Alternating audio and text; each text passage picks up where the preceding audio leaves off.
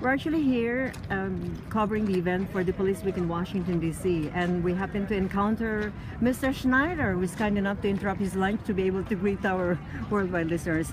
Greetings from Fairfax, right? Yes. To all our listeners. Yes, please introduce yourself. Ben Snyder from Fairfax, Virginia, working with the World Police and Fire Games. Tell us about the Games of Heroes. Sure. The World Police Fire Games are the Olympics for first responders, open to any law enforcement or firefighter that is sworn officer from around the world. The Games will be held in Fairfax, Virginia this June 26th to July 5th. We're expecting about 10,000 athletes from over 60 countries to participate. And how long have you been doing this? I've been working on this project for about 2 years. We have 61 sports to cover, and so we have a lot of events to plan and account for with all the athletes coming. And it's the first of its kind? These games are held every 2 years. This is the first time it's been in the United States since 2011.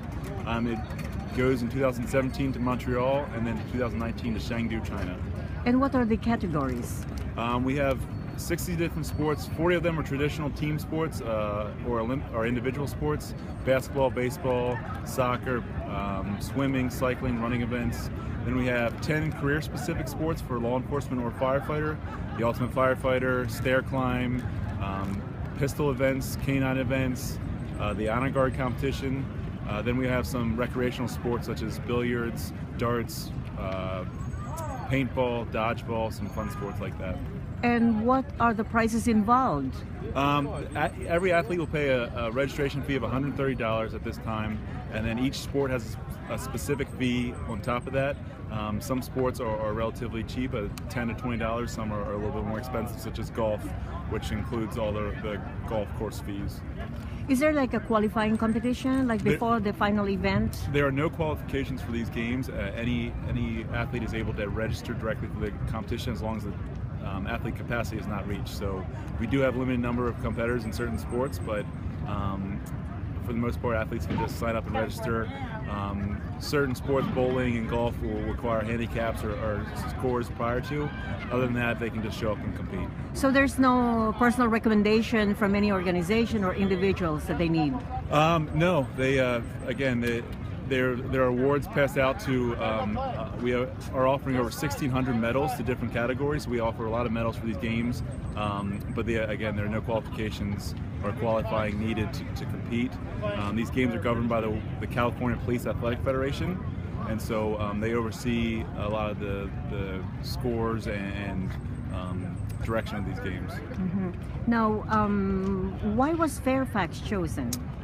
Fairfax was bid on back in 2009. It actually started when a Fairfax police officer met a Fairfax firefighter over in Stockholm, Sweden, competing in these games. They came up with the idea to bring these games to the United States and Fairfax County specifically.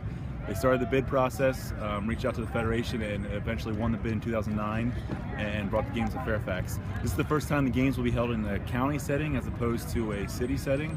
So these games are spread out across Fairfax County and some of the surrounding counties, a much larger footprint than usually seen for these games. And how many people do you intend to have participating, at the same time the people that will go there to see the games? Sure, we're expecting about 10,000 athletes and probably 1 to 2 spectators per athlete. So overall, we're anticipating anywhere between 40 to 50,000 visitors to this region, National Capital Region, in June and July. Again, about 10,000 athletes will be participating, and I think right now we have about 60 different countries represented by at least 1 or 2 athletes. And why should it be, Mr. Snyder, a must-see for the people? This is a once-in-a-lifetime event, especially for the National Capital Region. These games move around every 2 years, and again, will not be back in the United States until at least 2023. So this is a one-time opportunity specifically for the National Capital Region. A great opportunity to support law enforcement and firefighters who serve their communities regularly. Is there an entrance fee to be able to see the games? All spectators are free to watch the games. There's no admission charged, with the exception of opening ceremonies, which are going to be held at RFK Stadium in Washington, D.C. Everything else is free for spectators. So aside from the athletes, how else can the other people participate or join in like in terms of volunteering? We need a lot of volunteers, and that's both on the field and handling all the administrative details of these games. We need a lot of people to just come out and support these athletes. Again, a lot of them are coming from around the world and don't necessarily have familiarity with this area, so this gives a good opportunity for them to come out and show these athletes around and give them some guidance while they're here. Thank you for the information. If you were to do a 30-second commercial, what would it be? How would it sound from the Games of Heroes? Come out to support these law enforcement and firefighters from around the world. It's a once-in-a-lifetime opportunity, and truly give the opportunity to give back to those first responders who serve their communities every day. Thank you.